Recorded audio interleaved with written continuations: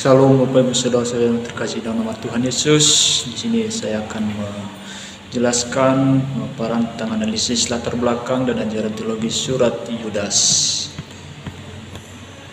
Mulai dari latar belakang surat Yudas, di mana surat Yudas muncul pada konteks gereja awal atau gereja mula-mula yang sedang menghadapi tantangan internal dengan adanya pengajaran palsu yang berusaha menyesatkan, pengajaran yang bertentangan dengan nilai-nilai Yahudi Kristen.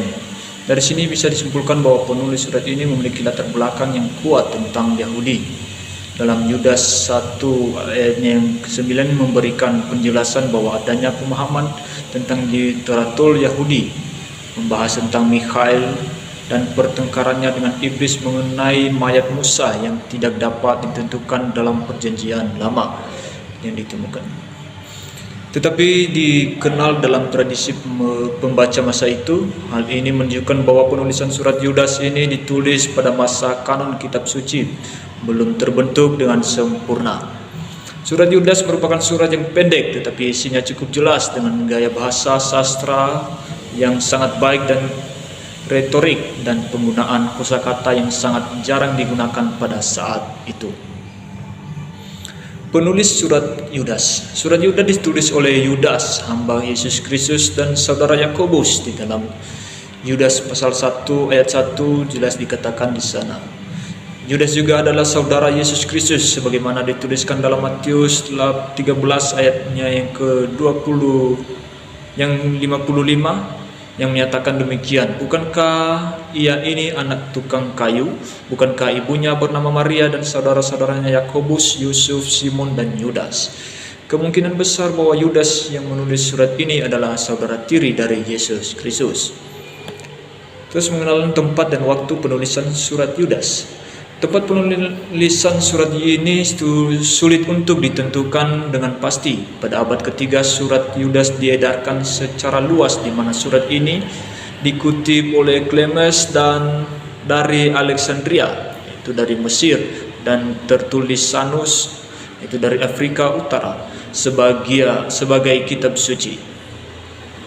Dalam uraian surat Kolose tentang malaikat-malaikat dan roh-roh dan kesamaan antara surat Yudas dengan pergumulan yang dihadapi oleh jemaat tentang waktu penulisan sekitar kurang lebih 80 sampai 50 Masehi. Sementara itu 2 Petrus ditulis sekitar tahun 125. Jadi dapat disimpulkan bahwa surat Yudas ditulis sekitar tahun 100 Masehi. Namun apabila perlawanan itu terlepas dari masalah gnostik, maka surat ini ditulis pada tahun 70. Menurut Barclay, Yohanes meninggal pada tahun 70, sedangkan 2 Petrus memakai surat Yudas sebagai sumber suratnya. Jadi penulisan surat ini sekitar tahun 80 sampai 90 Masehi. Adapun juga penerima surat Yudas, yaitu surat Yudas tidak secara spesifik diketahui penerima surat ini, tetapi berdasarkan isi dan surat ini memberikan gambaran bahwa surat ini dituliskan untuk orang-orang percaya umum, sebagaimana umat Kristen mula-mula, dengan tujuan agar mereka tetap berjuang untuk mempertahankan iman. Surat Yudas ditulis untuk menanggapi ancaman serius terhadap iman Kristen yang diakibatkan oleh masuknya guru-guru palsu dan ajaran-ajaran sesat ke dalam gereja. Yudas ini memperingatkan umat percaya dan mendorong mereka untuk tetap teguh dalam iman serta menentang pengaruh negatif dari ajaran-ajaran yang menyimpang.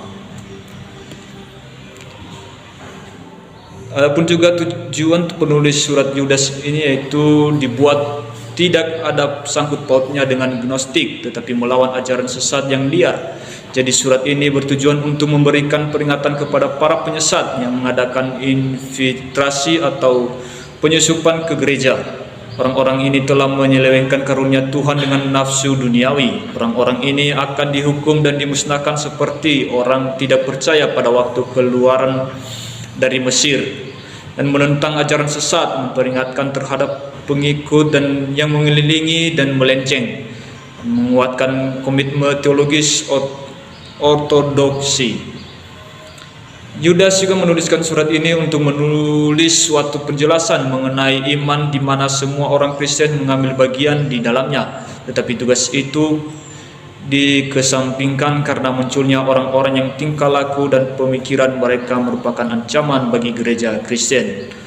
Dan adapun juga tujuan surat Yudas ini memberikan peringatan kepada orang percaya supaya ingat akan kebenaran yang sudah diberikan oleh Kristus kepada Rasul, supaya memelihara kasih Allah, berdoa dan berbuat secara nyata konstruktif, dan mengajurkan untuk menolong mereka yang dalam kesukaran agar mereka selamat.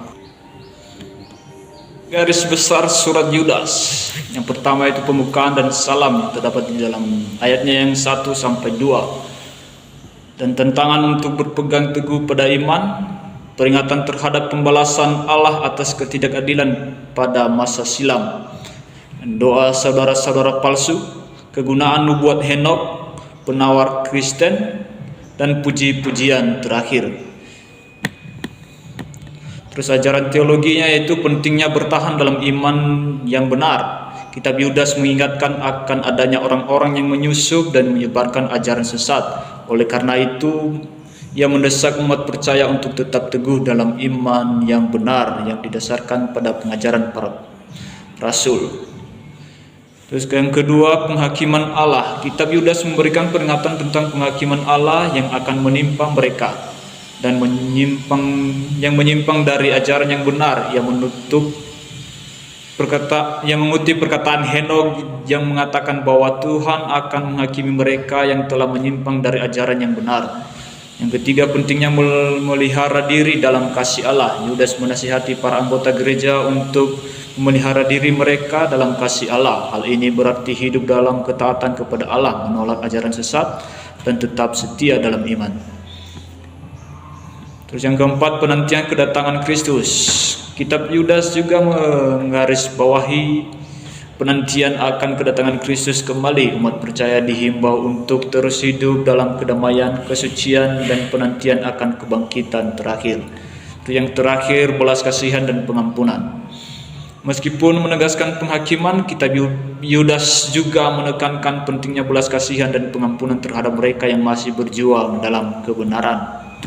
Dan yang menjadi kesimpulannya bagi kita yaitu surat Yudas dituliskan oleh Yudas, saudara tiri Yesus Kristus, dan lebih dikenal saudara Yakobus. Surat ini dituliskan kepada orang-orang percaya pada masa itu karena adanya pengaruh besar dari pengajaran-pengajaran palsu yang menyesatkan. Dan juga surat Yudas ini mengingatkan kepada orang Kristen untuk tetap berpegang teguh dalam iman kepada Yesus Kristus. Yang menjadi saran kita sebagai orang percaya, haruslah kita memiliki iman yang kuat di dalam Yesus Kristus. Jangan kita terombang-ambingkan dengan pengajaran-pengajaran yang menyesatkan. Melalui surat ini diberikan pengajaran kepada kita untuk tetap teguh dalam iman kepada Yesus Kristus. Terima kasih, Tuhan Yesus memberkati. Amin.